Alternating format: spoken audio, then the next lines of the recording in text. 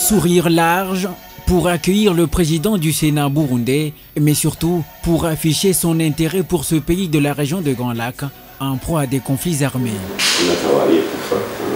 Au cours de cet échange, la présidente de l'UPJ a rendu hommage au peuple burundais en mettant un point d'honneur sur sa jeunesse, pour laquelle Francine Muyumba a promis de s'impliquer davantage. Le dialogue, c'est désormais plus qu'une nécessité dans ce pays, car selon la présidente de l'UPJ, il s'agit de la voie royale pour favoriser le développement harmonieux du Burundi et auquel doit participer activement sa jeunesse.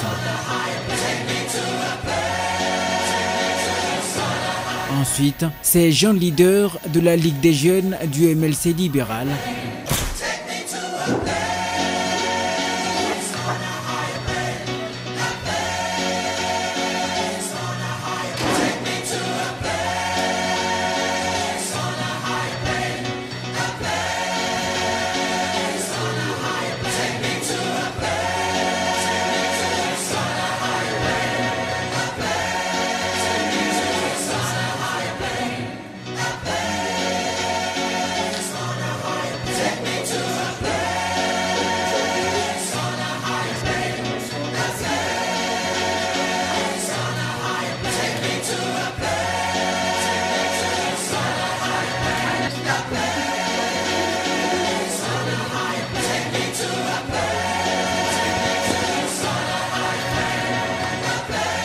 de notre intérêt, nous, jeunes du MLC libéral, de venir quand même réitérer nos sincères félicitations à madame et puis de présenter notre cahier de charges qui va tout droit par rapport à la question qui est liée aux jeunes, surtout la question de l'emploi, de l'entrepreneuriat et celui du dialogue.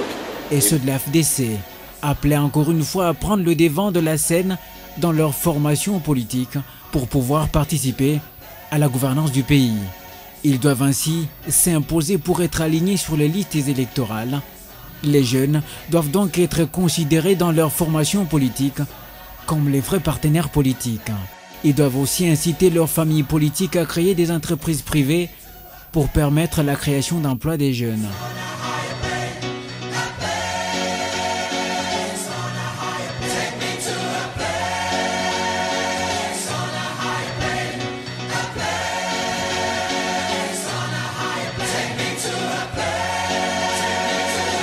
Nous avions parlé de la manière dont les jeunes doivent se comporter au sein d'un parti politique, FDC.